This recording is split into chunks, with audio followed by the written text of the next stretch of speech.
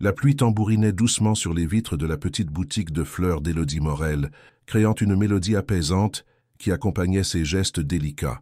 À 26 ans, elle avait trouvé sa paix dans cette vie simple, loin des tumultes de Paris où elle avait grandi. Sa boutique, les murmures floraux, nichée au cœur du village de Saint-Émilion, près de Bordeaux, était devenue son refuge après tant d'années de déception. Ses doigts effilés caressèrent les pétales d'une pivoine rose pâle, ajustant chaque tige avec une précision née de l'amour sincère pour son art. Élodie portait une robe vintage couleur lavande qui épousait sa silhouette gracieuse. Ses cheveux châtains remontaient en un chignon négligé mais charmant. Une trace légère de parfum aux notes de jasmin flottait autour d'elle, son seul luxe personnel. « Mademoiselle Morel, l'arrangement pour le mariage des Dubois est magnifique », murmura Madame Beaumont, sa fidèle cliente octogénaire, en admirant le bouquet de roses blanches et d'eucalyptus. Élodie sourit tendrement. « Chaque fleur raconte une histoire, Madame Beaumont. J'aime croire que chaque arrangement porte en lui un peu de bonheur. » Cette philosophie simple avait guidé sa vie depuis qu'elle avait quitté la capitale il y a 3 ans, fuyant une relation toxique et un environnement professionnel étouffant. Ici, dans ce village où chacun la connaissait par son prénom, elle avait retrouvé sa véritable essence. Le carillon de la boutique tinta alors qu'un client inattendu poussait la porte. Un homme élégant d'une 40aine d'années, vêtu d'un costume sur mesure légèrement froissé, entra en boitant légèrement. Ses cheveux bruns étaient décoiffés et une estafilade ornait sa tempe gauche. Malgré son état, quelque chose en lui commandait le respect, une prestance naturelle qui contrastait avec sa vulnérabilité apparente. « Pardonnez-moi, dit-il d'une voix grave et cultivée, j'ai eu un petit accident de voiture. Pourriez-vous m'aider ?» Élodie n'hésita pas une seconde. Abandonnant ses fleurs, elle s'approcha de lui avec cette bienveillance naturelle qui la caractérisait. « Bien sûr, vous êtes blessé. Asseyez-vous, je vais chercher la trousse de premier secours. » L'homme, qui se présenta simplement comme Gabriel, sembla déstabilisé par tant de spontanéité. Habitué au protocole, aux formalités, aux secondes intentions, il découvrait une femme qui agissait par pure bonté, sans calculer. « Vous n'avez pas peur d'un étranger ensanglanté ?» demanda-t-il avec un sourire ironique pendant qu'Élodie nettoyait délicatement sa blessure. « Pourquoi aurais-je peur? Vous avez besoin d'aide, c'est tout ce qui compte, » répondit-elle en appliquant un désinfectant avec des gestes d'une douceur maternelle. Gabriel observait ce visage concentré, ses yeux noisettes empreints de sincérité. Quand avait-il reçu de l'attention sans arrière-pensée pour la dernière fois? Sa fortune, son empire, son nom, rien de tout cela n'existait ici, dans cette petite boutique parfumée où une inconnue soignait ses plaies, comme si c'était la chose la plus naturelle du monde. « Votre téléphone fonctionne-t-il?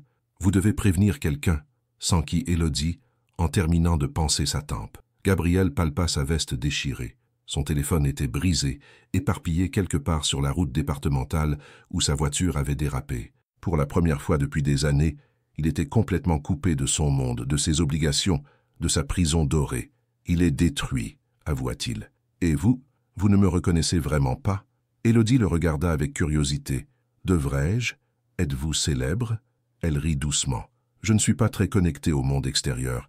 Ma télévision est cassée depuis des mois et je préfère mes livres aux journaux. » Cette révélation toucha Gabriel plus profondément qu'il ne l'aurait imaginé. Pour elle, il n'était qu'un homme blessé qui avait besoin d'aide. Pas le PDG redouté de Duverger Holdings, pas l'héritier d'un empire de plusieurs milliards, pas celui dont chaque mot était scruté par les médias du monde entier. « Restez cette nuit, » proposa soudain Élodie, surprise par sa propre audace. « Il pleut fort, vous êtes blessé, et le prochain village est loin. J'ai un petit appartement au-dessus de la boutique. Vous pourrez appeler quelqu'un demain. » Gabriel accepta, incapable de refuser cette générosité qui lui semblait si rare, si précieuse. Cette nuit-là, assis dans le salon modeste d'Élodie, sirotant un thé à la camomille qu'elle avait préparé, il découvrit un monde qu'il avait oublié, celui de la simplicité authentique, des conversations sans enjeu, du silence partagé entre deux âmes qui se rencontrent. Pour la première fois depuis des décennies, Gabriel Duverger s'endormit paisiblement, bercé par le parfum délicat des fleurs et la certitude troublante qu'il venait de croiser le chemin de quelqu'un d'exceptionnel. L'appartement d'Élodie baignait dans la lumière tamisée des bougies qu'elle avait allumées. L'électricité avait faibli à cause de l'orage, mais cette pénombre dorée créait une atmosphère d'intimité troublante. Gabriel, installé sur le vieux canapé en velours bordeaux, observait cette femme qui évoluait dans son petit univers avec une grâce naturelle. Vous vivez seul depuis longtemps » demanda-t-il, en la regardant préparer une tisane dans sa cuisine miniature. « 3 ans » répondit Élodie en versant l'eau chaude dans 2 tasses dépareillées. « J'ai quitté Paris après avoir compris que je n'étais pas faite pour cette vie-là. » Elle lui tendit une tasse, leurs doigts s'effleurant brièvement. Ce contact, pourtant anodin, provoqua en Gabriel une sensation qu'il avait oubliée, cette électricité pure des premiers émois. « Que faisiez-vous à Paris » s'enquit-il, genument curieux. « J'étais assistante dans une agence de communication. Beaucoup de stress, de superficialité, de mensonges déguisés en stratégie marketing, confessa-t-elle en s'asseyant dans le fauteuil en face de lui. Et vous, Gabriel, que faites-vous dans la vie » La question le prit au dépourvu. Comment expliquer son existence sans mentir complètement? Je dirige une entreprise, beaucoup de voyages, de responsabilités. Parfois, j'ai l'impression d'avoir perdu qui je suis vraiment dans tout ça. Élodie pencha la tête, ses yeux noisettes reflétant la flamme des bougies. C'est pour ça que vous semblez si fatigué. Pas physiquement, mais dans votre regard, comme si vous portiez un poids invisible. Cette perspicacité le bouleversa. En quelques heures, cet inconnu avait perçu ce que ses proches collaborateurs ignoraient après des années. Son épuisement existentiel, sa solitude dorée. « Parlez-moi de vos fleurs », dit-il, pour détourner la conversation, mal à l'aise face à tant de clairvoyance. Le visage d'Élodie s'illumina. Chaque variété a sa personnalité, ses besoins, sa façon d'exprimer la beauté. Les pivoines sont timides, mais explosent de couleurs quand elles s'épanouissent. Les roses anciennes sont orgueilleuses, mais leur parfum est inoubliable. Les marguerites sont simples, honnêtes, fidèles. Gabriel l'écoutait, fasciné par cette passion authentique. Quand avait-il parlé de son travail avec tant d'amour? Ses conseils d'administration étaient remplis de chiffres, de stratégies, de conquêtes, jamais de beauté pure. « Et vous, qu'est-ce qui vous passionne vraiment ?» demanda Élodie. La question le déstabilisa. « Je ne sais plus. Cela fait si longtemps que je ne me suis pas posé cette question. » Un silence confortable s'installa entre eux, ponctué par les gouttes de pluie qui glissaient sur les fenêtres. Élodie se leva pour chercher une couverture qu'elle déposa délicatement sur les épaules de Gabriel. « Vous tremblez, » murmura-t-elle. « Ce n'est pas le froid, n'est-ce pas ?» Gabriel la regarda, ému par cette attention maternelle. « Non, c'est difficile à expliquer. J'ai l'impression de me réveiller après des années de sommeil. » Élodie s'assit près de lui sur le canapé, sans calcul, guidée par son instinct bienveillant. « Parfois, il faut se perdre complètement pour se retrouver. Moi, j'ai dû fuir Paris et un fiancé qui ne voyait en moi qu'un faire-valoir pour comprendre que j'avais de la valeur. Un fiancé ?» Gabriel sentit une pointe de jalousie irrationnelle. Maxence, avocat brillant, ambitieux, séduisant. Il m'avait choisi parce que j'étais discrète, malléable, parfaite pour son image. Le jour où j'ai osé exprimer une opinion différente de la sienne lors d'un dîner mondain, il m'a fait comprendre que mon rôle était de sourire et de me taire. La colère qui traversa le regard de Gabriel surprit Élodie. Comment a-t-il pu ne pas voir votre intelligence, votre sensibilité? Parce qu'il ne me regardait pas vraiment.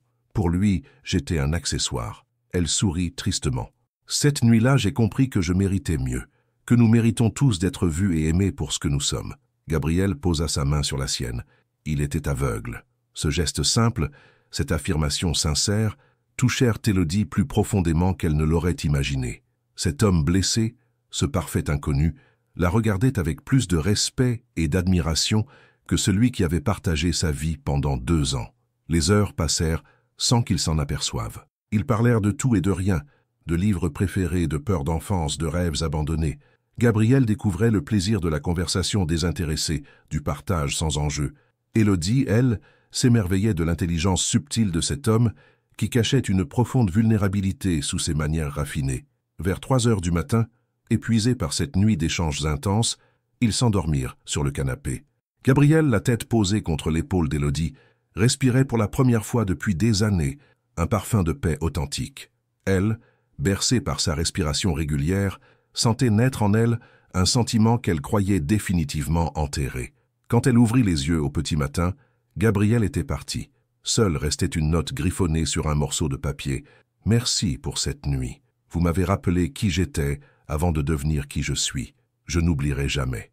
G. » Élodie serra la note contre son cœur, partagée entre la mélancolie et la gratitude. Elle avait offert l'hospitalité à un étranger et reçu en retour quelque chose de précieux, la certitude qu'elle pouvait encore ressentir des émotions profondes, authentiques. Elle ignorait que Gabriel, dans sa voiture de location qu'il avait fait venir à l'aube, luttait contre l'envie de faire demi-tour. Pour la première fois de sa vie, il abandonnait quelqu'un qu'il aurait voulu garder près de lui. Mais comment expliquer sa véritable identité sans tout briser? Gabriel poussa les lourdes portes en acajou de son bureau parisien, situé au dernier étage de la tour Duverger Holdings. 48 heures s'étaient écoulées depuis Saint-Émilion, mais l'écho de cette nuit résonnait encore en lui comme une mélodie obsédante. Ses assistants s'agitaient autour de lui, rattrapant le retard causé par son absence inexpliquée. « Monsieur Duverger, le conseil d'administration vous attend pour la réunion de 9 heures, annonça Viviane Moreau, sa directrice administrative, une femme de 50 ans à l'efficacité redoutable. Gabriel acquiesça distraitement, fixant par la baie vitrée les toits gris de Paris qui s'étendaient à perte de vue. Cette métropole où il régnait en maître lui semblait soudain étouffante, artificielle. Il pensait aux mains délicates d'Élodie arrangeant ses fleurs, à son rire cristallin, à cette simplicité qui l'avait désarmé. « Monsieur » insista Viviane, remarquant son absence. « Oui, bien sûr. Repoussez la réunion d'1 heure. J'ai besoin de me remettre dans le bain. » Dans la salle de conférence, aux murs tapissés de cuir, 12 hommes en costume sombre l'attendaient. Ces titans de l'industrie, habitués à ses décisions tranchées et à son autorité naturelle, furent surpris par son attitude distante durant la présentation des résultats trimestriels. « Gabriel, tout va bien ?» demanda Henri Larsson, son associé de longue date. « Tu sembles ailleurs. »« Je réfléchis à l'orientation stratégique de notre groupe, » mentit Gabriel, incapable d'expliquer que ses pensées vagabondaient vers une petite boutique de fleurs. L'après-midi s'étira interminablement entre conférences téléphoniques et négociations. Gabriel exécutait ses tâches avec son professionnalisme habituel, mais une part de lui demeurait en Gironde, dans ce cocon de douceur qu'il avait découvert par accident. Le soir venu, dans son penthouse de l'avenue Foch, il se retrouva face à son reflet dans les immenses baies vitrées. Cet homme en chemise blanche impeccable, cette silhouette élégante dans ce décor luxueux, était-ce vraiment lui, ou un personnage qu'il jouait depuis si longtemps qu'il en avait oublié l'original? Il saisit son téléphone et composa un numéro qu'il connaissait par cœur. « Maman? Gabriel? Mon chéri, quelle surprise! Tu ne m'appelles jamais en semaine. » Eliane Duverger, 68 ans, ancienne ambassadrice et mère attentionnée malgré les années de distance imposées par les obligations sociales, décela immédiatement quelque chose d'inhabituel dans la voix de son fils. « J'avais envie d'entendre ta voix, » avoua-t-il, s'asseyant dans son fauteuil en cuir italien. « Gabriel, que se passe-t-il? Tu as cette tonalité que tu avais enfant quand tu revenais du pensionnat. » Cette perspicacité maternelle le bouleversa. « Maman, te souviens-tu comment papa et toi vous êtes-vous rencontrés ?» Eliane sourit à l'autre bout de la ligne. « Nous nous sommes croisés dans une librairie de Saint-Germain. Lui cherchait un recueil de poésie de Baudelaire. Moi, je feuilletais Marguerite Duras. Nos regards se sont croisés par-dessus les rayons et il m'a demandé mon avis sur l'amant. Nous avons parlé littérature pendant 3 heures, oubliant complètement le monde extérieur. Comment avez-vous su que c'était lui? Parce que pour la première fois, quelqu'un me voyait vraiment. Pas la fille du diplomate, pas l'héritière, juste Eliane. Et toi, mon fils, aurais-tu rencontré quelqu'un? » Gabriel ferma les yeux, revoyant le visage d'Élodie dans la lumière dorée des bougies. « Je ne sais pas, maman. Je ne sais plus rien. » Pendant ce temps, à Saint-Émilion, Élodie tentait de reprendre sa routine habituelle. Mais chaque geste lui rappelait Gabriel. La tasse qu'il avait utilisée, le coussin où il avait posé sa tête, cette présence masculine qui avait transformé son petit appartement en cocon d'intimité. « Tu as l'air songeuse aujourd'hui », remarqua Antoine Roussel, le boulanger du village, en livrant ses croissants matinaux. « Un peu fatigué, c'est tout », éluda Élodie en arrangeant machinalement un bouquet d'iris bleus. Mais Antoine, qui la connaissait depuis son installation, n'était pas dupe. « Ce ne serait pas lié à l'homme élégant que Marie-Claire a vu quitter ta boutique avant-hier matin ?» Élodie rougit malgré elle. Dans un village de 800 habitants, rien ne passait inaperçu. Un voyageur qui avait eu un petit accident. Je l'ai hébergé une nuit par simple humanité. « Bien sûr », sourit Antoine avec un clin d'œil complice. « L'humanité. Enfin, si tu as besoin de parler, tu sais où me trouver. » Cette nuit-là, Élodie relut plusieurs fois la note laissée par Gabriel. Cette écriture masculine et assurée, ces mots qui résonnaient comme un aveu. Qui était vraiment cet homme? Pourquoi cette sensation troublante qu'il lui cachait quelque chose d'important? Elle sortit sur son petit balcon fleuri, contemplant les vignobles qui s'étendaient sous la lune. Quelque part, Gabriel pensait-il à elle aussi? Cette connexion qu'ils avaient ressentie était-elle réelle ou n'avait-elle été qu'un mirage né de la solitude et de l'intimité forcée d'une nuit d'orage? À Paris, Gabriel ne trouvait pas le sommeil. Debout devant sa bibliothèque, il feuilletait distraitement un recueil de poésie quand son regard tomba sur un vers de Paul Éluard. « Il n'y a pas d'amour heureux, mais c'est notre amour. » Ces mots le frappèrent comme une révélation. Était-il en train de tomber amoureux d'une femme qu'il avait côtoyée moins de 24 heures? Lui, Gabriel Duverger, qui avait toujours considéré les sentiments comme une faiblesse dans son monde impitoyable, il pensa aux femmes de son milieu, sophistiquées, calculatrices, attirées par son statut plus que par sa personnalité. Combien d'entre elles l'auraient soigné avec cette tendresse désintéressée qu'Élodie avait manifestée? Le lendemain matin, une décision inattendue germa dans son esprit. Il fallait qu'il la revoie, qu'il s'explique, qu'il découvre si cette alchimie rare pouvait survivre à la révélation de sa véritable identité. Mais comment aborder une femme qu'il avait connue sous sa forme la plus authentique, avec le poids de son empire sur les épaules? Gabriel Duverger, l'homme qui dirigeait des négociations de millions d'euros sans ciller, se retrouvait démuni face à l'idée de reconquérir le cœur d'une fleuriste de village. 3 jours plus tard, Gabriel se retrouvait face à une assemblée de journalistes dans l'auditorium de Duverger Holdings. Cette conférence de presse, organisée pour présenter l'expansion européenne du groupe, suivait le protocole habituel. Questions techniques, réponses mesurées, images parfaitement contrôlées. Mais aujourd'hui, quelque chose en lui avait changé.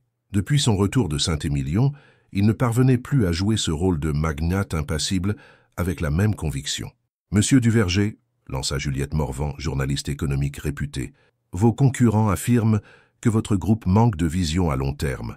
Comment répondez-vous à ces critiques ?» Gabriel répondit machinalement, évoquant stratégie et projection, mais son esprit vagabondait vers une petite boutique parfumée et une femme aux gestes tendres. « Une dernière question », annonça le modérateur, alors que la session touchait à sa fin. « Monsieur Duverger », interpella Marc Delacroix du magazine économique Capital, « votre vie privée fait souvent l'objet de spéculations. À 38 ans, 38 ans, vous demeurez célibataire. Envisagez-vous un jour de fonder une famille? » Cette question, posée 100 fois auparavant, provoquait habituellement chez Gabriel une réponse évasive et professionnelle. Mais aujourd'hui, le visage d'Élodie s'imposa à lui avec une force bouleversante. Son rire cristallin, ses yeux noisettes empreints de bienveillance, cette nuit où elle l'avait vu tel qu'il était vraiment.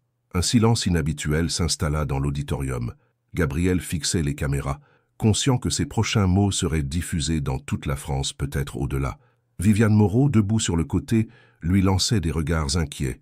« Monsieur Duverger » insista le journaliste. Soudain, comme libéré d'un carcan invisible, Gabriel sourit, un sourire authentique qui surprit l'assemblée habituée à sa froideur professionnelle. « Je l'ai trouvé » déclara-t-il d'une voix claire, regardant droit dans l'objectif de la caméra principale. « Elle ne le sait pas encore, mais c'est elle, mon grand amour. » Un murmure stupéfait parcourut la salle. Les flashs crépitèrent, les journalistes se penchèrent vers leur micro. Gabriel Duverger, l'homme d'affaires le plus secret de France, venait de faire une déclaration d'amour public. « Pouvez-vous nous en dire plus ?» se précipita Juliette Morvan, flairant le scoop de sa carrière. Gabriel se leva, boutonnant sa veste avec cette élégance naturelle qui le caractérisait. « Non, certaines choses doivent demeurer privées.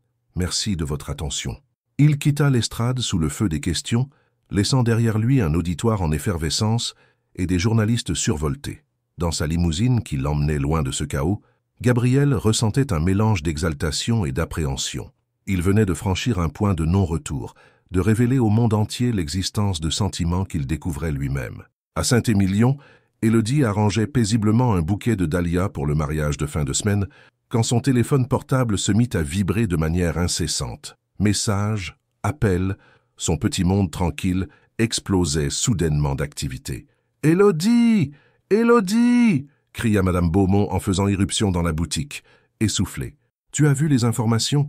Il y a un milliardaire qui vient de déclarer sa flamme en direct à la télévision. »« Et alors ?» répondit Élodie, amusée par l'excitation de sa cliente. « Il s'appelle Gabriel Duverger, comme ton mystérieux visiteur de l'autre soir. » Le sang d'Élodie se glaça. Ce prénom, cette coïncidence troublante, elle alluma précipitamment la vieille télévision de la boutique qu'elle avait finalement fait réparer. L'écran s'illumina sur le visage de Gabriel. Son Gabriel, en costume sombre, souriant avec cette expression qu'elle lui avait vue lors de leur nuit partagée. Les sous-titres défilaient. Gabriel Duverger, PDG de Duverger Holdings, fortune estimée à 2,3 milliards d'euros, déclare avoir trouvé le grand amour. Élodie s'effondra sur sa chaise, le souffle coupé. L'homme qu'elle avait soigné, hébergé, avec qui elle avait partagé ses secrets les plus intimes, était l'un des hommes les plus riches de France. Cette simplicité qu'il avait affichée, cette vulnérabilité, était-ce un jeu? « Ma chérie, ça va ?» s'inquiéta Madame Beaumont en voyant sa pâleur. « J'ai besoin d'air » balbutia Élodie en sortant précipitamment de sa boutique. Dehors, la réalité la frappa de plein fouet. Les premiers paparazzis arrivaient déjà dans le village, interrogeant les habitants, fouillant chaque recoin à la recherche de la mystérieuse élue du milliardaire. Saint-Émilion, qui n'avait jamais connu pareille agitation, se transformait en cirque médiatique. Son téléphone sonna, un numéro qu'elle ne reconnaissait pas. « Mademoiselle Morel, ici François Beaumont du Parisien. Pouvez-vous confirmer votre relation avec Gabriel Duverger ?» Élodie raccrocha brutalement. En l'espace de quelques heures, sa vie paisible volait en éclats. Les journalistes affluaient, questionnant Antoine le boulanger, Marie-Claire l'épicière, tous ceux qui auraient pu la voir avec Gabriel. Réfugiée dans son appartement, rideau tiré, elle contemplait la note qu'il avait laissée. « Vous m'avez rappelé qui j'étais avant de devenir qui je suis. » Ces mots prenaient maintenant tout leur sens. Gabriel Duverger avait goûté avec elle à une simplicité qu'il avait perdue, mais il lui avait menti par omission. Pire encore, cette déclaration publique faisait d'elle un objet de curiosité mondiale. Elle, qui avait fui les projecteurs, qui chérissait son anonymat, se retrouvait propulsée malgré elle sous les feux d'une médiatisation qu'elle n'avait jamais souhaitée. Le soir même, les chaînes de télévision diffusaient en boucle les images de Gabriel et spéculaient sur l'identité de sa mystérieuse élue. Les réseaux sociaux s'enflammaient, les théories les plus folles circulaient, et quelque part entre Paris et Saint-Émilion, deux cœurs battaient à l'unisson malgré la distance et les malentendus, celui d'un homme qui avait osé révéler ses sentiments au monde entier, et celui d'une femme qui découvrait que l'amour naissant pouvait parfois prendre des formes plus complexes qu'elle ne l'avait imaginé. La nuit tomba sur un village en ébullition, et sur une floriste qui ne savait plus si elle devait être touchée ou trahie par cette déclaration qui changeait tout. Le lendemain matin, Élodie découvrit avec horreur que sa rue était envahie par une meute de journalistes et de photographes. Depuis sa fenêtre, elle apercevait les camions de télévision, les paraboles, cette armée médiatique qui campait littéralement devant sa boutique. Les murmures floraux, sa petite oasis de paix, étaient devenus l'épicentre d'un cyclone qu'elle n'avait pas vu venir. Son téléphone n'arrêtait plus de sonner. Des numéros inconnus, des journalistes insistants, des propositions d'interviews mirobolantes. Elle avait fini par l'éteindre, mais le harcèlement continuait par d'autres moyens. « Mademoiselle Morel, juste quelques questions », criait une journaliste depuis la rue. Prisonnière dans son propre foyer, Élodie se sentait suffoquée. Elle qui avait choisi Saint-Émilion pour son anonymat se retrouvait exposée aux yeux du monde entier. Chaque détail de sa vie était scruté, analysé, commenté. À Paris, Gabriel faisait les 100 pas dans son bureau, téléphone à l'oreille. Depuis sa déclaration impulsive, il tentait désespérément de joindre Élodie, mais tous ses appels tombaient dans le vide. « Viviane, trouvez-moi un moyen de la contacter sans passer par les médias », ordonna-t-il à sa directrice administrative. « Monsieur, avec tout le respect que je vous dois, vous avez créé cette situation. La presse vous cherche partout, et maintenant il tracte cette femme comme une proie. » Gabriel serra les poings. Il avait agi sous le coup de l'émotion, pensant naïvement que ses sentiments justifiaient tout. Il n'avait pas mesuré l'impact de sa notoriété sur la vie d'Élodie. « Les actions du groupe ont chuté de 3% depuis hier, » ajouta Viviane. « Les investisseurs s'inquiètent de votre imprévisibilité. »« Je me fiche des actions !» explosa Gabriel, révélant une facette de lui que ses collaborateurs n'avaient jamais vue. Dans son refuge forcé, Élodie relisait pour la 100e fois la note de Gabriel. Ces mots qui l'avaient ému prenaient maintenant une résonance amère. « Vous m'avez rappelé qui j'étais avant de devenir qui je suis. » Avait-elle été un simple divertissement pour un milliardaire en quête d'authenticité? Un coup discret à sa porte la fit sursauter. Elle entr'ouvrit prudemment. C'était Antoine, le boulanger, un panier à la main. « J'ai pensé que tu aurais faim, » dit-il, en jetant un regard dégoûté vers la foule de journalistes. « Cette invasion me rend malade. » Élodie le fit entrer rapidement. Antoine avait toujours été protecteur envers elle depuis son installation dans le village. « Comment ça se passe dehors ?» demanda-t-elle en préparant du café. « C'est l'apocalypse. Ils interrogent tous les habitants, fouillent dans les poubelles, Harcèle même Madame Beaumont pour savoir ce que tu achètes comme pain. Le maire envisage de faire appel aux gendarmes. Élodie ferma les yeux, accablée.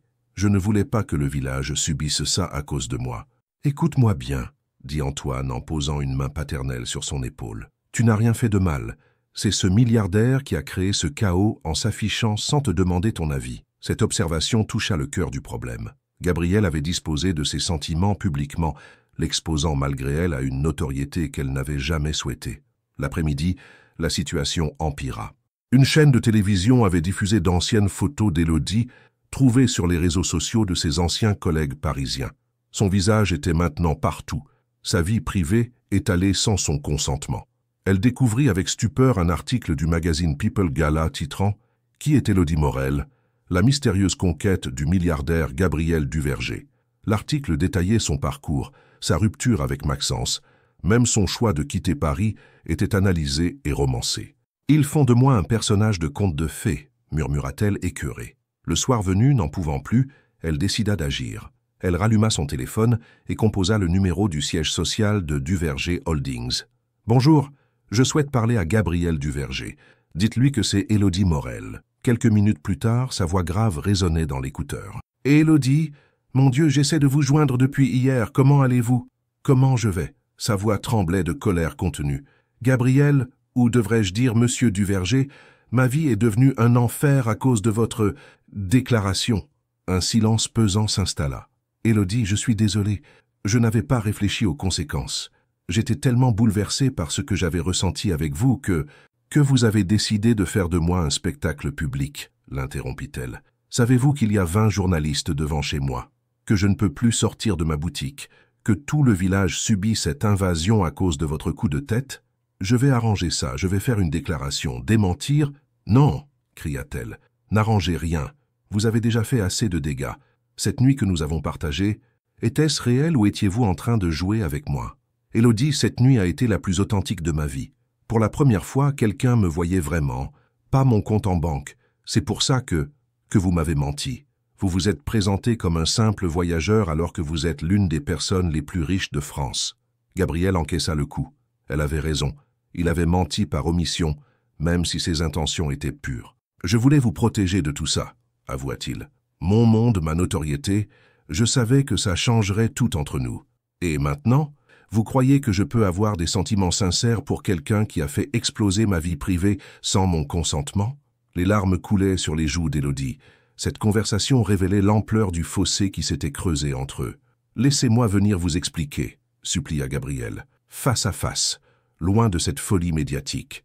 Pour que la situation empire encore? Non, Gabrielle, j'ai besoin de réfléchir. À nous, à tout ça. Mais surtout, j'ai besoin que vous fassiez cesser cette invasion. Elle raccrocha, le cœur brisé mais déterminé. À l'autre bout de la ligne, Gabrielle fixait son téléphone, réalisant que sa déclaration d'amour avait peut-être définitivement brisé la magie de leur rencontre. 3 jours passèrent sans nouvelles de Gabriel. Élodie avait espéré secrètement qu'il respecterait sa demande d'espace, mais ce silence commençait à peser plus lourd que prévu.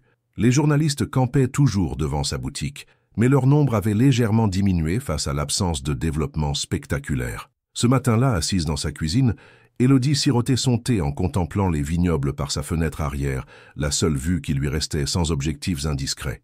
Son téléphone vibra. Un message de sa sœur Camille, installée à Lyon. « Élodie, j'ai vu les infos. Ça va? Je peux venir si tu veux. PS. Il est plutôt beau gosse, ton milliardaire. » Malgré sa morosité, Élodie esquissa un sourire. Camille avait toujours eu le don de dramatiser les situations avec une pointe d'humour. Elle lui répondit rapidement « Je vais bien. Pas besoin que tu viennes. » Et oui, il est séduisant. C'est bien le problème. Car là résidait le véritable déchirement d'Élodie.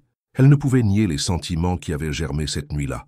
La tendresse dans les yeux de Gabriel, ses conversations intimes, cette connexion rare qu'elle avait ressentie. Tout cela avait été authentique.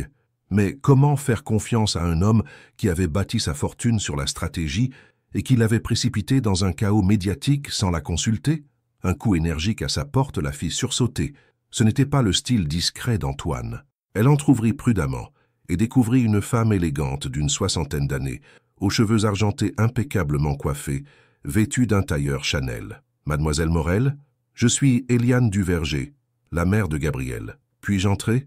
Élodie resta bouche bée. Comment cette femme avait-elle réussi à passer les barrages de journaliste? J'ai mes méthodes, sourit Eliane en devinant sa question. Une ancienne ambassadrice sait comment éviter les importuns. Une fois à l'intérieur, Eliane balaya du regard le petit appartement d'Élodie avec un intérêt non dissimulé.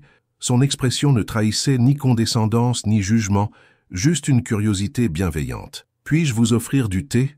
proposa Élodie, troublée par cette visite inattendue. « Volontiers. Gabriel m'a beaucoup parlé de votre hospitalité. » Élodie faillit lâcher la théière. « Gabriel vous a parlé de moi ?»« Constamment depuis une semaine. Je ne l'avais jamais vu dans cet état. » Eliane s'installa gracieusement sur le canapé où Gabriel avait dormi. « Il est désespéré, vous savez.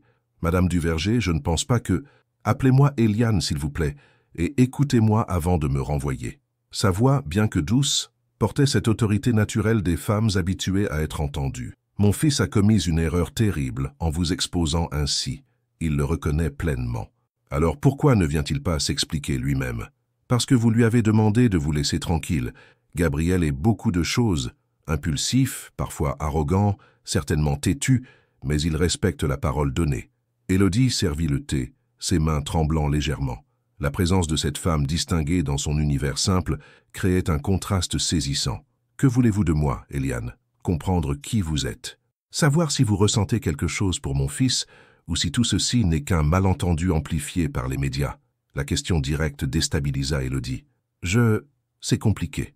L'amour l'est toujours. » Eliane but une gorgée de thé, ses yeux perçants fixés sur Élodie. Gabriel ne s'est jamais comporté ainsi pour aucune femme.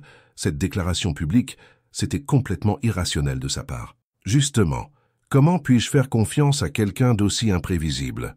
Parce que cette imprévisibilité prouve que vous l'avez touché là où personne n'était jamais arrivé. Mon fils a construit sa vie sur le contrôle, la stratégie. Avec vous, il a perdu tous ses repères. Élodie se leva agitée. Et moi, qu'est-ce que je deviens dans tout ça? Je ne lui ai jamais demandé de bouleverser ma vie. Non, effectivement. Et c'est exactement pour cette raison qu'il est si malheureux. Eliane posa sa tasse avec délicatesse. « Élodie, puis-je vous poser une question indiscrète ?» Élodie acquiesça, intriguée malgré elle. « Cette nuit que vous avez partagée, aviez-vous des sentiments pour lui? Pour Gabriel l'homme, pas le milliardaire ?» Le rouge monta aux joues d'Élodie. « Oui, avoua-t-elle dans un murmure. Oui, j'en avais. Ces sentiments existent-ils toujours? C'est justement le problème. Je ne sais plus comment séparer l'homme que j'ai connu de celui qui a créé ce cirque médiatique. » Eliane se leva avec grâce et s'approcha de la fenêtre donnant sur les vignobles. « Quand j'ai rencontré le père de Gabriel, j'étais fille d'ambassadeur, lui fils d'industriel. Nos familles nous destinaient l'une à l'autre pour des raisons dynastiques. Nous aurions pu nous contenter d'un mariage de convenance. » Elle se retourna vers Élodie. « Mais nous avons choisi de nous aimer pour ce que nous étions vraiment. Cela nous a demandé du courage, le courage d'ignorer les attentes, les conventions, les jugements.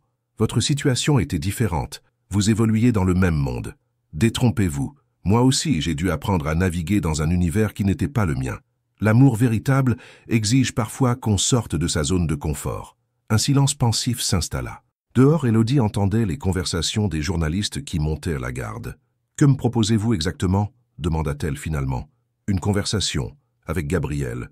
Loin de tout ça. » Eliane sortit une carte de visite de son sac. « J'ai une propriété en Normandie, isolée, discrète. Vous pourriez vous y retrouver et parler sans pression, sans témoin. » Élodie prit la carte, hésitante. « Et s'il me manipule encore?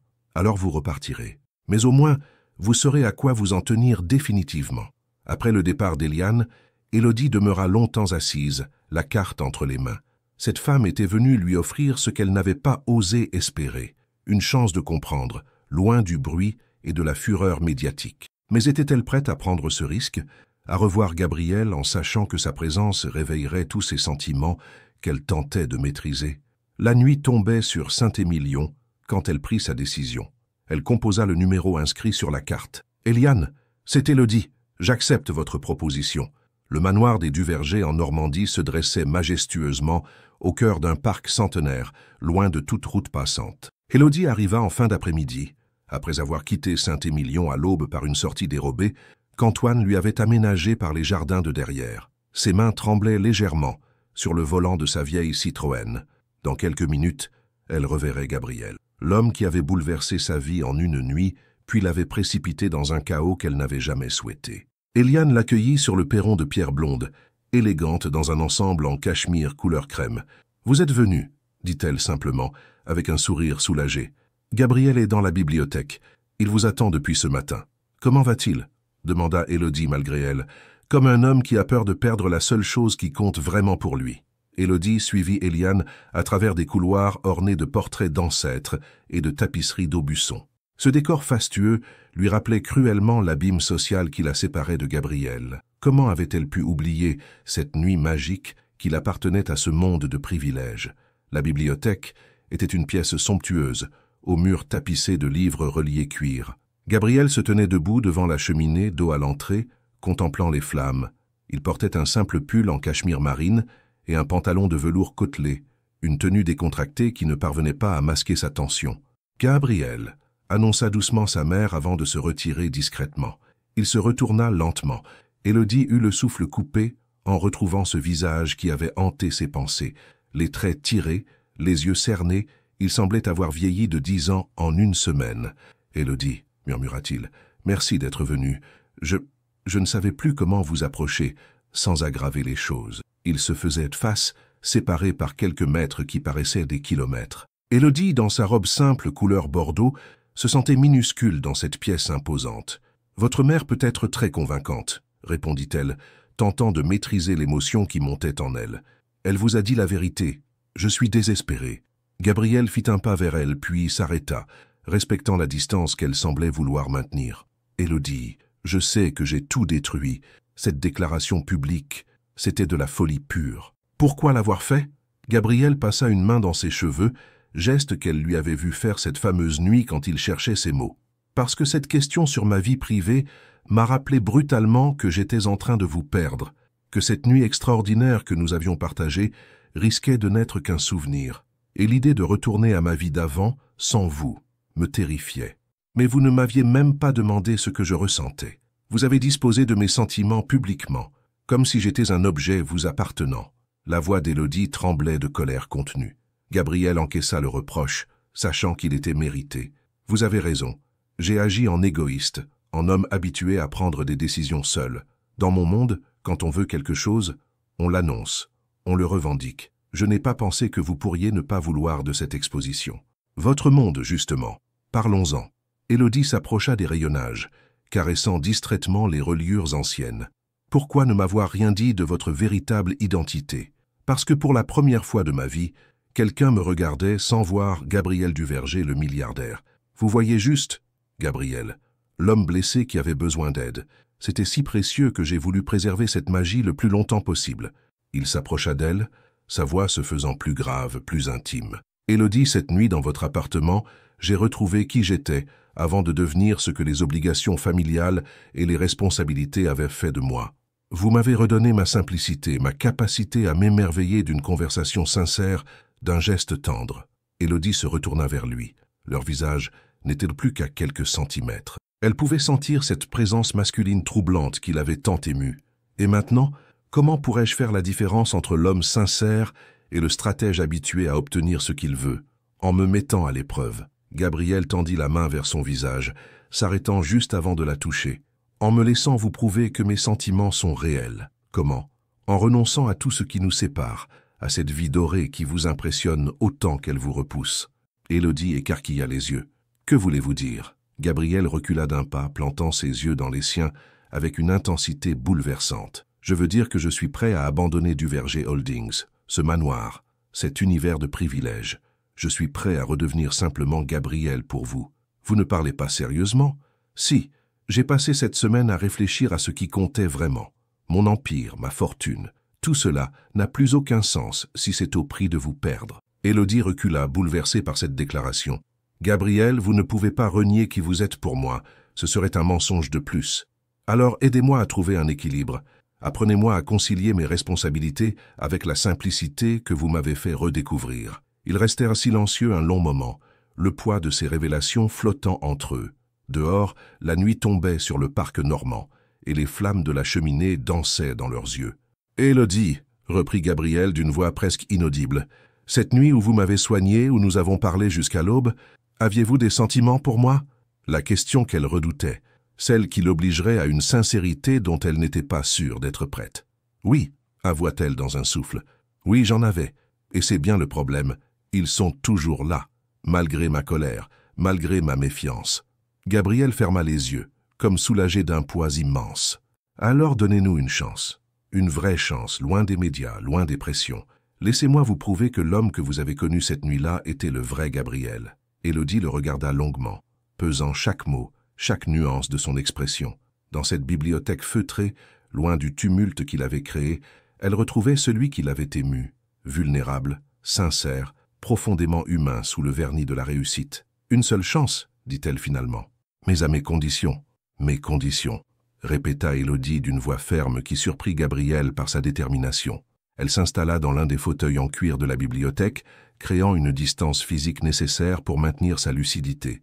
Gabriel s'assit en face d'elle, attentif, prêt à accepter n'importe quelle exigence, si cela pouvait lui donner une chance de reconquérir sa confiance. Première condition, plus jamais de décision me concernant sans mon accord préalable. Même motivé par l'amour, même bien intentionné. C'est acquis, répondit-il immédiatement. Deuxième condition, je ne veux pas devenir un trophée dans votre monde. Si nous tentons quelque chose ensemble, je reste moi-même. Élodie la fleuriste, pas la compagne du PDG transformée pour correspondre à votre milieu. Gabriel hocha la tête, touché par cette revendication d'authenticité qui résonnait si fort avec ce qu'il avait ressenti lors de leur première rencontre. Et troisième condition, continua Élodie, sa voix se faisant plus vulnérable, je veux connaître le vrai Gabriel. Pas seulement l'homme blessé que j'ai soigné, ni le milliardaire que les médias décrivent. L'homme complet, avec ses contradictions, ses défauts, ses peurs. Même si cela risque de vous décevoir, surtout si cela risque de me décevoir, je préfère une vérité difficile à un mensonge confortable. Gabriel se leva et se dirigea vers la fenêtre où la lune éclairait maintenant les jardins à la française. Vous voulez la vérité? La voici. Je suis un homme qui a hérité d'un empire à 25 ans après la mort prématurée de mon père. J'ai passé 13 années à honorer sa mémoire en développant ce qu'il avait créé, sacrifiant mes rêves personnels sur l'autel du devoir familial. Il se retourna vers elle, ses yeux reflétant une vulnérabilité rare. Je suis parfois impitoyable en affaires, capable de prendre des décisions qui affectent des milliers d'emplois. Je vis dans une solitude dorée, entouré de collaborateurs qui me respectent, mais ne me connaissent pas vraiment. Avant vous, ma dernière relation sincère remonte à l'université. Élodie l'écoutait, découvrant les fissures dans cette armure de réussite qu'elle n'avait qu'entrevues lors de leur première nuit. Et vos rêves d'avant? Ceux que vous avez sacrifiés? Un sourire mélancolique traversa le visage de Gabriel. Je voulais être architecte, créer des espaces où les gens se sentiraient bien, heureux. Ironique, n'est-ce pas? Moi qui ai fini par construire un empire, mais qui n'ai jamais réussi à bâtir un foyer. Cette confession toucha Élodie plus profondément qu'elle ne l'avait anticipé.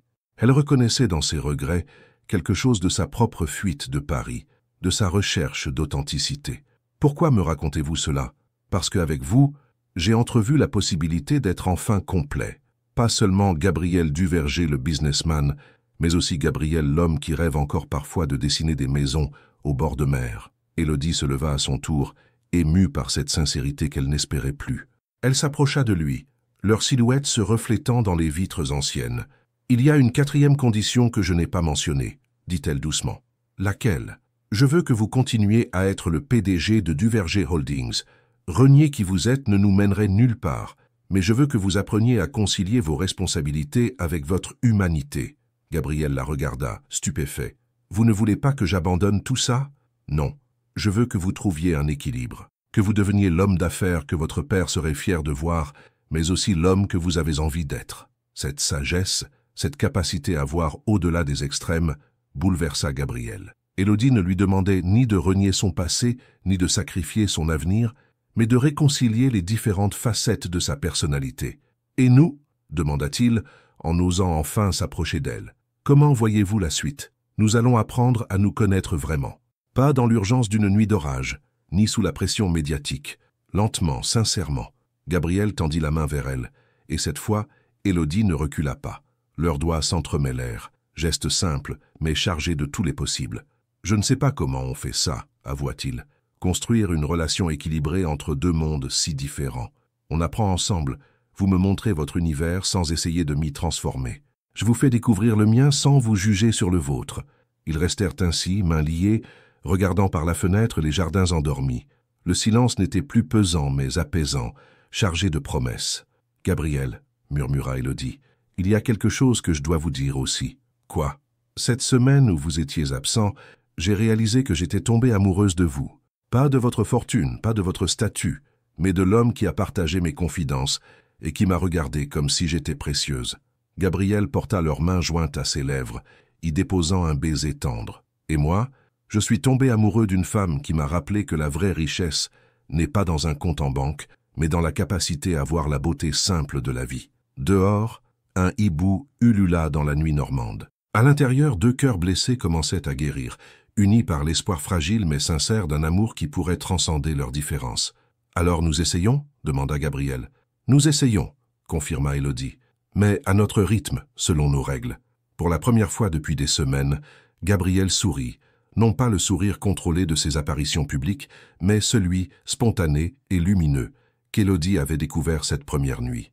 Et elle sut qu'elle avait pris la bonne décision. L'amour ne serait peut-être pas simple entre eux, mais il serait vrai. Et parfois, c'était tout ce qui comptait. 2 semaines s'étaient écoulées depuis la rencontre en Normandie.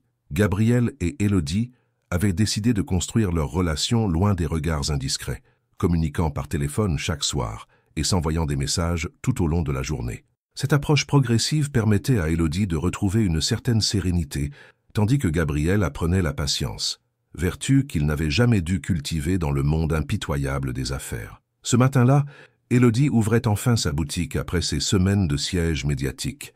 Les journalistes avaient fini par se lasser de l'absence de développement spectaculaire et Saint-Émilion retrouvait peu à peu sa tranquillité habituelle. « Alors, ma belle, on reprend le travail ?»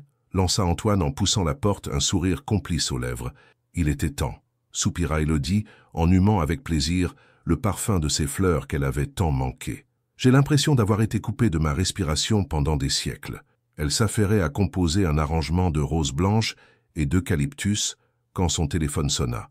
Le numéro de Gabriel s'affichait. « Bonjour, belle dormante », dit sa voix grave qui la faisait toujours frissonner. « Bonjour, monsieur le PDG. Comment se passe votre matinée de conquérant du monde ?» Cette plaisanterie était devenue leur rituel. Elle le taquinait sur son statut. Il riait de ses propres contradictions. C'était leur façon de dédramatiser l'abîme social qui les séparait. Ennuyeuse sans votre voix pour l'éclairer. « Élodie, j'ai une proposition à vous faire. Je vous écoute. Samedi prochain, il y a le marché aux fleurs de Bordeaux. J'aimerais vous y accompagner. En tant qu'Élodie et Gabriel, pas en tant que couple médiatique. » Élodie marqua une pause. C'était leur première sortie officielle ensemble, leur premier test face au monde extérieur. « Vous êtes sûr? Il y aura sûrement des gens qui vous reconnaîtront. Tant mieux. Il est temps que j'assume publiquement mes sentiments, mais cette fois selon nos règles. » Le samedi suivant, Gabriel arriva à Saint-Émilion, au volant d'une simple berline noire, sans chauffeur ni escorte. Il portait un jean et un pull en coton, tenue qui le rendait plus accessible, plus humain. « Vous êtes magnifique !» murmura-t-il en la voyant dans sa robe fluide couleur terre de Sienne et ses bottines de cuir. « Vous aussi. Ce look décontracté vous va bien. » Ils prirent la route de Bordeaux, fenêtres ouvertes, partageant cette intimité simple qu'ils chérissaient. Gabriel racontait des anecdotes de son adolescence. Élodie évoquait sa passion pour la botanique. Conversation libre, sans enjeu, qui tissait entre eux des liens plus profonds que toutes les déclarations enflammées. Le marché aux fleurs de Bordeaux grouillait de vie. Horticulteurs, fleuristes, amateurs se mêlaient dans une symphonie de couleurs et de parfums. Élodie évoluait dans cet univers avec une aisance naturelle, conseillant Gabriel sur les variétés, lui apprenant à reconnaître la fraîcheur des tiges. « Cette pivoine a été cueillie hier matin », expliquait-elle en caressant délicatement les pétales. « Voyez comme les feuilles sont fermes, comme la couleur est éclatante. » Gabriel l'observait avec une tendresse évidente, fasciné par cette expertise qu'elle partageait avec générosité. C'est alors qu'une femme d'une 50aine d'années les aborda, smartphone à la main. « Excusez-moi, vous êtes bien Gabriel Duverger ?» Le couple se figea, leur première intrusion du monde extérieur. « En effet, » répondit calmement Gabriel. « Pourrais-je avoir une photo? Ma fille ne me croira jamais ?» Élodie se prépara à s'écarter, mais Gabriel la retint doucement par la main. « Bien sûr, mais j'aimerais vous présenter Élodie, la femme que j'aime. » Ces mots, prononcés avec une simplicité désarmante, bouleversèrent Élodie. Pas de mise en scène, pas de déclaration théâtrale, juste la vérité, dite avec naturel. La photo prise, d'autres curieux s'approchèrent, mais Gabriel géra chaque interaction avec courtoisie sans jamais lâcher la main d'Élodie, l'incluant systématiquement dans les conversations. « Comment faites-vous ça ?» demanda-t-elle, alors qu'ils déjeunaient sur une terrasse dominant la Garonne. « Quoi? Restez vous-même malgré l'attention, les sollicitations constantes ?» Gabriel sourit, coupant délicatement son magret de canard. « Vous m'avez appris quelque chose de précieux, Élodie. Avant vous, je subissais cette notoriété comme une fatalité. Maintenant, j'ai découvert qu'on peut la porter différemment, avec simplicité plutôt qu'avec arrogance. » L'après-midi, ils visitèrent les jardins botaniques de Bordeaux. Gabriel, toujours discret sur ses rêves passés, révéla soudainement une connaissance surprenante de l'architecture paysagère. « Ce massif de rhododendrons suit les principes de le nôtre, observa-t-il.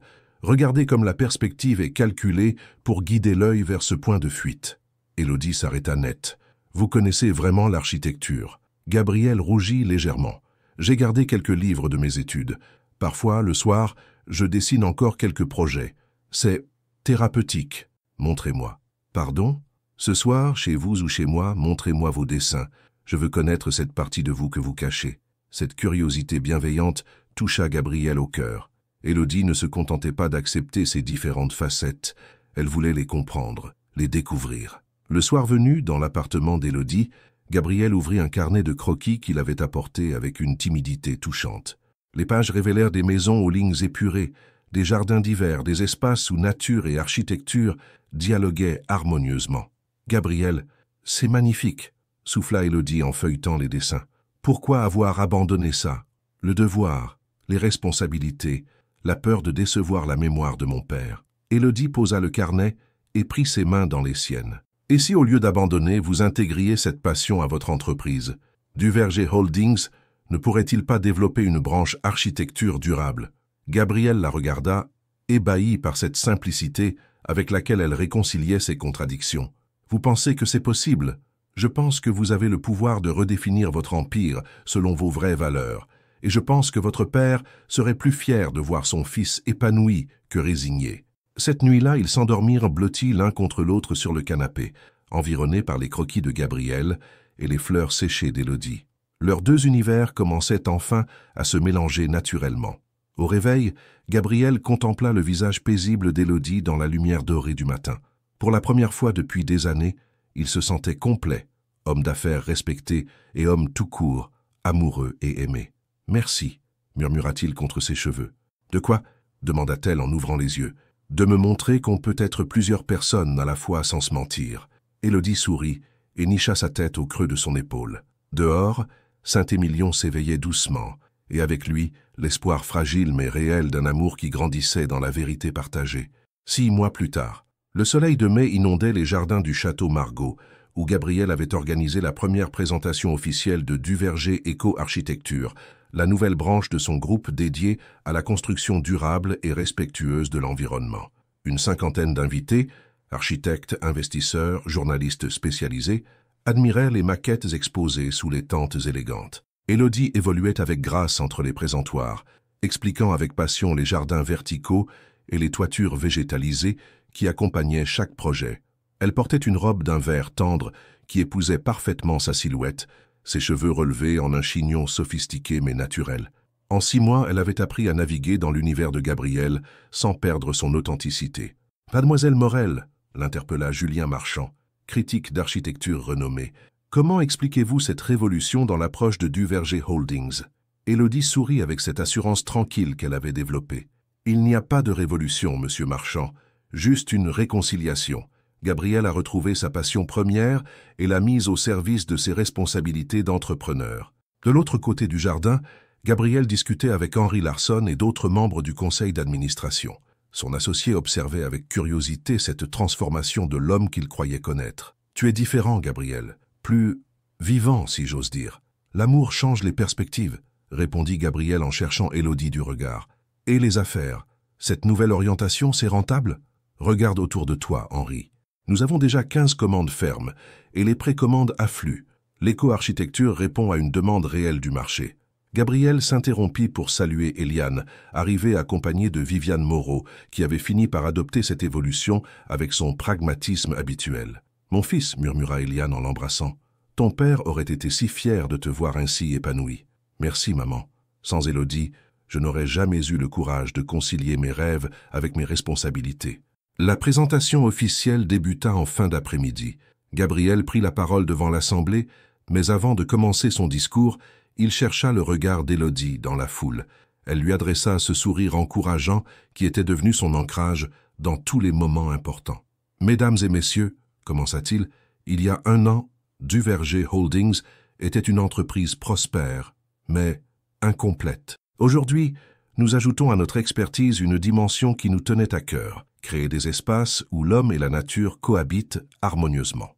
Il présenta les projets avec une passion contagieuse, résidences éco-responsables, bureaux à énergie positive, jardins thérapeutiques pour les hôpitaux. Chaque concept alliait innovation technique et respect de l'environnement. Cette évolution, je la dois à quelqu'un qui m'a rappelé que la vraie richesse réside dans l'équilibre entre ambition et authenticité, dit-il en regardant directement Élodie. Quelqu'un qui m'a appris que grandir, ce n'est pas abandonner ses rêves, mais les faire mûrir. L'Assemblée applaudit chaleureusement. Plusieurs journalistes se précipitèrent vers Élodie pour recueillir ses impressions. Mais Gabriel l'intercepta avec un sourire complice. « Excusez-nous, j'aimerais voler quelques minutes à ma conseillère en jardin. » Il l'entraîna vers la roseraie du château, loin de l'agitation. Le soir tombait doucement sur les vignobles, peignant le ciel de nuances dorées. « Vous avez été parfaite, » dit-il en lui prenant les mains. « Vous aussi, voir vos yeux s'illuminer quand vous parlez d'architecture, c'est magnifique. » Gabriel la regarda intensément, comme s'il mémorisait chaque détail de son visage dans cette lumière tamisée. « Élodie, ces 6 mois ont été les plus beaux de ma vie. Vous m'avez aidé à devenir l'homme que j'avais toujours voulu être sans savoir comment. »« Gabriel, laissez-moi finir, » dit-il en sortant un écrin de sa poche. « Je sais que nous avons pris notre temps, construit notre histoire à notre rythme, mais aujourd'hui, devant tous ces gens qui représentent mon monde professionnel, je veux vous poser la question la plus importante de ma vie. » Il s'agenouilla dans l'allée de gravier, ouvrant l'écrin qui révélait une bague d'une simplicité élégante. Un solitaire monté sur un anneau d'or blanc, accompagné de 2 petites émeraudes qui rappelaient la couleur des yeux d'Élodie. « Élodie Morel, acceptez-vous de m'épouser?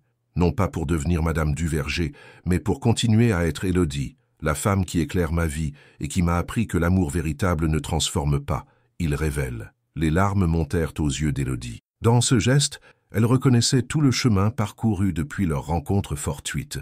La confiance retrouvée, l'équilibre trouvé, l'amour mûri. « Gabriel, » dit-elle d'une voix émue, « il y a 1 an, vous étiez un inconnu blessé, que j'ai soigné par simple humanité. Aujourd'hui, vous êtes l'homme avec qui je veux partager tous mes printemps. » Elle tendit sa main gauche, le cœur battant. « Oui, je veux vous épouser.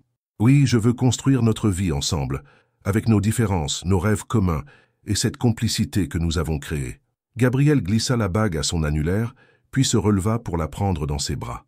Leur baiser, tendre et passionné, scella cette promesse d'avenir dans la douceur du soir bordelais. « Vous savez, » murmura Élodie contre ses lèvres, « j'ai une surprise pour vous aussi. »« Vraiment ? J'ai accepté de collaborer avec votre nouvelle branche. » Élodie Morel, consultante en jardin thérapeutique pour Duverger Éco-Architecture. « Qu'en pensez-vous » Gabriel éclata de rire, la faisant tournoyer dans ses bras. « Je pense que nous allons révolutionner le monde, mademoiselle Morel. Un projet à la fois. » Au loin, les invités découvraient l'écrin vide oublié sur la table de présentation et comprenaient ce qui venait de se passer. Des applaudissements spontanés éclatèrent, portés par l'émotion de ce moment d'amour authentique. Eliane essuya discrètement une larme, Viviane nota mentalement d'organiser le communiqué de presse parfait, et Antoine, que Gabriel avait invité en remerciement de son soutien à Élodie, leva son verre de champagne. « À Gabriel et Élodie !» cria-t-il. « Que leur amour soit aussi durable que les maisons qu'ils vont construire ensemble. » Cette nuit-là, dans l'appartement de Saint-Émilion, qu'ils avaient gardé comme refuge précieux, Gabriel et Élodie planifiaient déjà leur avenir. Un mariage simple au cœur des vignobles, une maison construite selon les plans de Gabriel et les jardins d'Élodie, des projets professionnels partagés. « Vous croyez que nous y arriverons ?» demanda Élodie, blottie contre lui. « Concilier vos responsabilités d'empire et ma vie de village ?»« Nous avons déjà commencé, » répondit Gabriel en caressant ses cheveux. « Et puis, nous avons la plus belle des fondations, un amour qui grandit chaque jour. » Dehors, Saint-Émilion dormait paisiblement. Dans quelques heures, la nouvelle de leur fiançailles ferait le tour de France, Mais pour l'instant, il savourait ce moment d'intimité parfaite. Gabriel Duverger, l'homme le plus riche du pays, venait de découvrir la plus précieuse des richesses, un cœur qui battait à l'unisson du sien. Et Élodie Morel, la discrète fleuriste, avait compris que l'amour véritable ne demande pas de choisir entre ses rêves et la réalité, mais d'avoir le courage de les réconcilier. Leur histoire, née d'un accident sur une route de campagne, s'épanouissait maintenant en une promesse d'éternité construite sur la vérité, le respect et cette alchimie rare qui transforme deux solitudes en un amour indéfectible. Automne 2028. Le domaine des Murmures s'étendait paisiblement au cœur des collines bordelaises, à mi-chemin entre Saint-Émilion et la ville. Cette propriété de 15 hectares, imaginée par Gabriel et cultivée par Élodie, était devenue bien plus qu'une résidence. C'était le symbole vivant de leur amour réconcilié. La maison principale, aux lignes contemporaines mais chaleureuses, semblait avoir poussé naturellement entre les chênes centenaires. Ses grandes baies vitrées s'ouvraient sur des jardins en terrasse où fleurs sauvages et variétés rares cohabitaient dans une harmonie savamment orchestrée.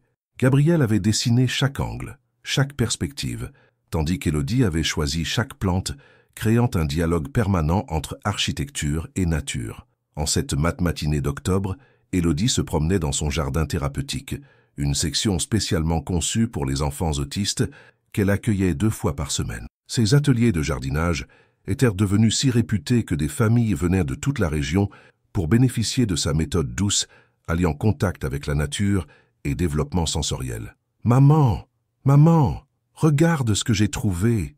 Élodie se retourna en souriant vers la petite voix qui l'appelait.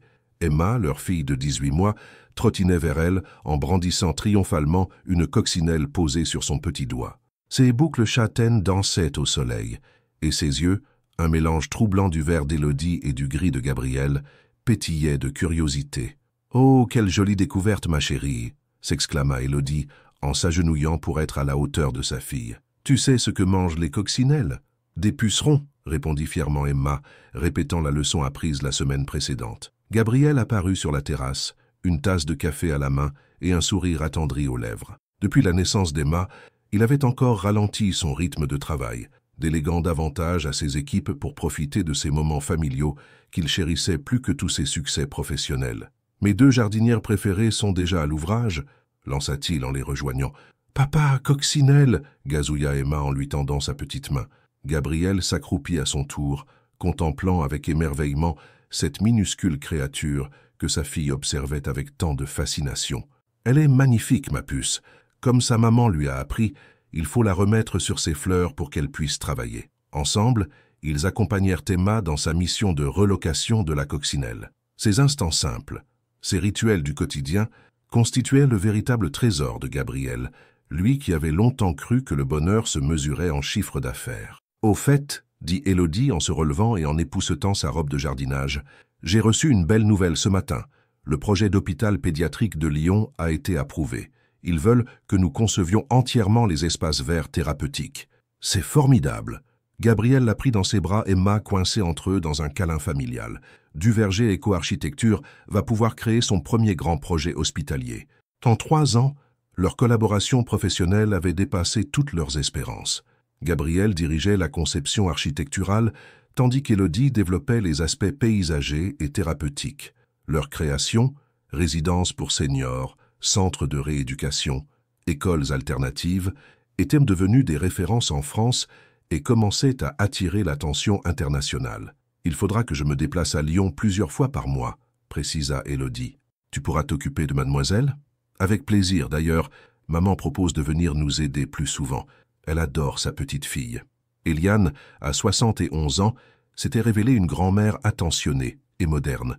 Elle avait vendu son appartement parisien pour s'installer dans une charmante maison de Saint-Émilion, à 10 minutes du domaine, profitant ainsi de sa famille tout en gardant son indépendance.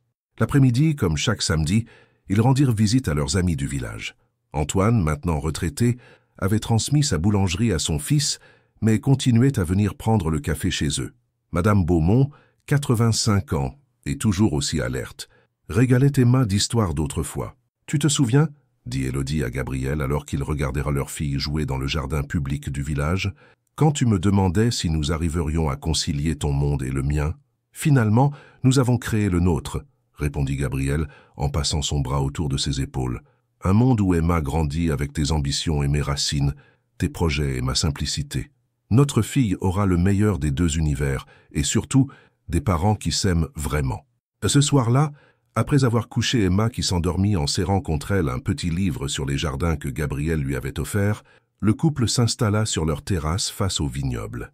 Les lumières de Saint-Émilion scintillaient au loin, et la lune éclairait doucement leurs jardins endormis. « Gabriel » murmura Élodie, blottie contre lui sur leur balancelle. « Parfois, j'ai du mal à croire que tout a commencé par cet accident sur une petite route. Le destin, sourit Gabriel en caressant ses cheveux. Ou peut-être simplement la vie qui savait que nous avions besoin l'un de l'autre. Nous avons construit quelque chose de beau, n'est-ce pas? Gabriel regarda autour de lui, cette maison qu'il avait dessinée avec amour, ces jardins qu'elle avait créés avec passion, cette vie qu'ils avaient bâtie ensemble en respectant ce qu'ils étaient vraiment. Nous avons construit quelque chose de rare, Élodie. Un amour qui grandit au lieu de s'user, qui nous révèle au lieu de nous changer. Et ce n'est que le début, ajouta-t-elle, en posant sa main sur son ventre encore plat. Parce que j'ai une nouvelle à t'annoncer. Gabriel la regarda, stupéfait, comprenant immédiatement. Vraiment? Vraiment. Emma va avoir un petit frère ou une petite sœur. Gabriel ferma les yeux, submergé par une vague d'émotions pures. À 41 ans, il découvrait encore de nouvelles facettes du bonheur. « Je t'aime, Élodie Duverger », murmura-t-il contre ses lèvres. « Et moi je t'aime, Gabriel Duverger, l'homme qui a appris à concilier ses rêves avec sa réalité. » Au-dessus d'eux, les étoiles brillaient dans le ciel bordelais, témoins silencieux de cette histoire d'amour qui avait transformé deux solitudes en une famille épanouie. Et quelque part dans les vignes, le vent portait l'écho de leurs rires, promesse que les plus beaux amours sont ceux qui continuent de s'écrire, jour après jour, dans la simplicité du quotidien partagé. Fin. Vous êtes-vous déjà demandé si un seul instant peut changer votre vie à jamais? Gabriel était un milliardaire solitaire, jusqu'à ce qu'un orage et un accident transforment tout. Élodie était une fleuriste qui avait choisi la simplicité jusqu'à ce qu'elle reçoive un étranger blessé à sa porte. Et si vous étiez Élodie, accepteriez-vous l'amour de quelqu'un qui a exposé votre vie privée au monde sans votre permission, même en sachant que ses sentiments étaient sincères? Qu'est-ce qui pèse le plus? La trahison de la confiance ou la sincérité du cœur? Seriez-vous capable de pardonner et de construire un amour véritable avec quelqu'un d'un monde complètement différent du vôtre? Votre participation à la chaîne est très importante, s'il vous plaît. Laissez votre opinion dans les commentaires. Merci d'avoir regardé. Vos réactions sont très importantes pour notre travail. Laissez-nous un commentaire pour nous dire ce que vous pensez et d'où vous regardez. N'oubliez pas de vous abonner à la chaîne et d'activer les notifications pour ne rien manquer. Votre participation est très importante pour la poursuite de notre travail, alors partagez-la avec ceux qui aimeront cette histoire.